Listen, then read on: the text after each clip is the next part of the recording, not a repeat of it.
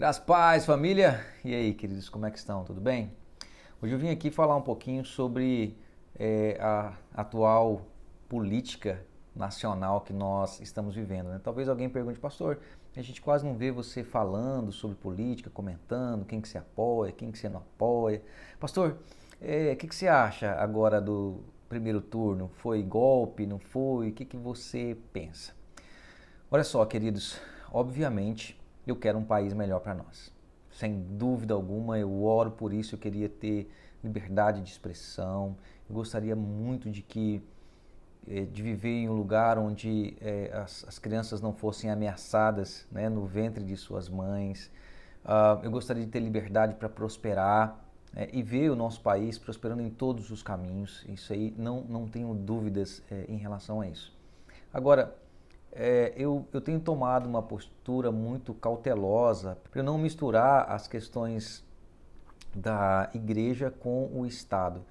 A história nos mostra que quando isso aconteceu foi muito trágico, né?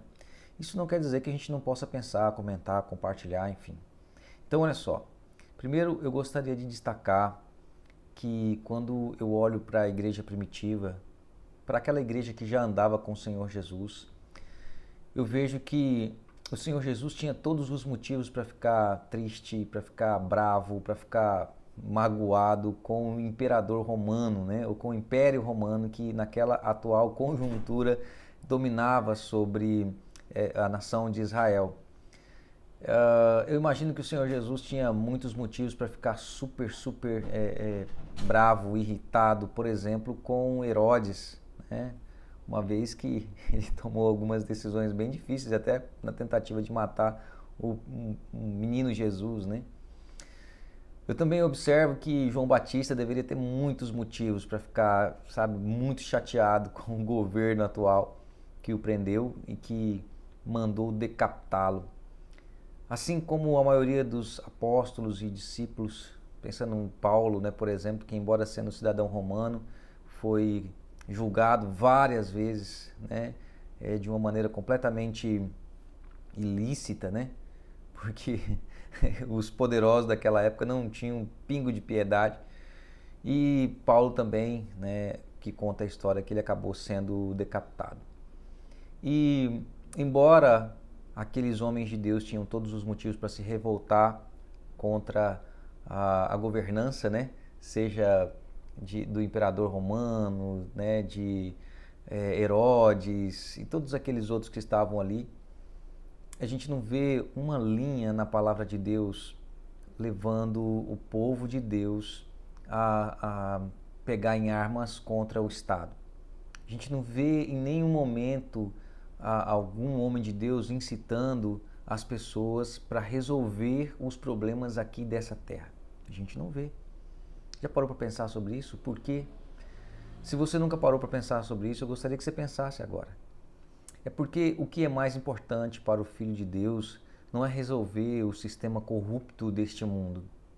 Porque é muito provável que o sistema corrupto desse mundo não tem mais jeito, sabe? Não adianta a gente colocar esperança aqui que não tem mais jeito. Quando o Senhor Jesus veio, né, a esperança dos seus discípulos era que ele resolvesse e devolvesse o reino para Israel. Mas o Senhor Jesus deixou claro, olha, meu reino não é daqui. Ou seja, existem coisas que são muito mais importantes que nós, como povo de Deus, às vezes deixamos para lá.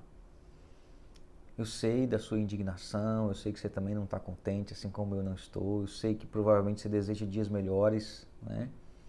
Mas eu quero mais uma vez te lembrar, como filho de Deus, que o nosso reino não é aqui, daqui. Não é aqui que nós vamos ficar, não é aqui que nós vamos viver uma eternidade. Então eu gostaria de te lembrar da necessidade de você melhorar isso aí. A indignação é grande, mas tomara que essa indignação que você sente em relação à política atual, que ela também possa ser em proporções iguais com a indignação que você sente contra o pecado que habita em você. Que você possa sentir essa mesma fúria, essa indignação, essa revolta com a preguiça, com a apatia, com a falta de vontade de buscar as coisas de Deus, com a displicência que muitas vezes nós temos em relação à leitura da Bíblia, oração. E sem contar nesse coração gelado, não é, em relação aos perdidos, aos mundanos, aos mundanos, né, ou aquelas pessoas que hoje estão caminhando a passos largos para o inferno. Eu gostaria muito que você tivesse esse mesmo tipo de revolta, de necessidade de compartilhar, de comentar, de mobilizar, para que a gente realmente possa vivenciar as coisas do Reino de Deus.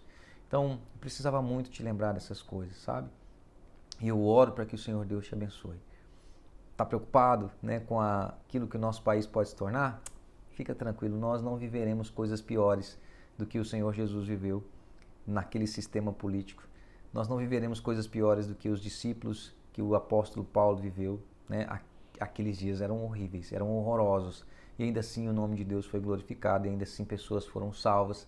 E eu tenho certeza que, por mais que nós venhamos a sofrer, não é o que eu quero, ok? E eu gostaria muito que você votasse consciente para que a gente possa desfrutar dessa paz.